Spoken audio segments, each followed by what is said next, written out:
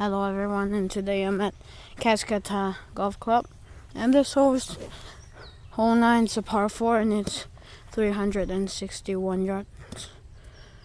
There's no wind right now, and I aim the left of that sand over the water. Let's go. I think I can go over it.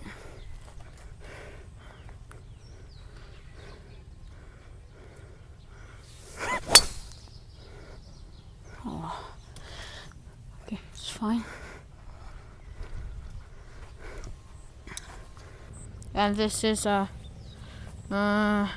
second shot. I hit it too far, and then if I go like the red pin, if I aim it, it will be so pretty, but it's fine. It's still 117 yards left, and I use pitching weight, play half swing. I aim a little bit right.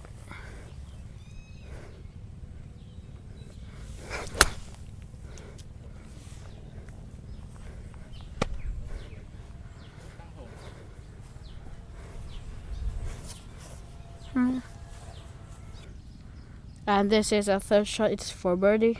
I hit a very good second shot over there. My line is right inside of the hole. I want to birdie. Let's go. Absolute cinema.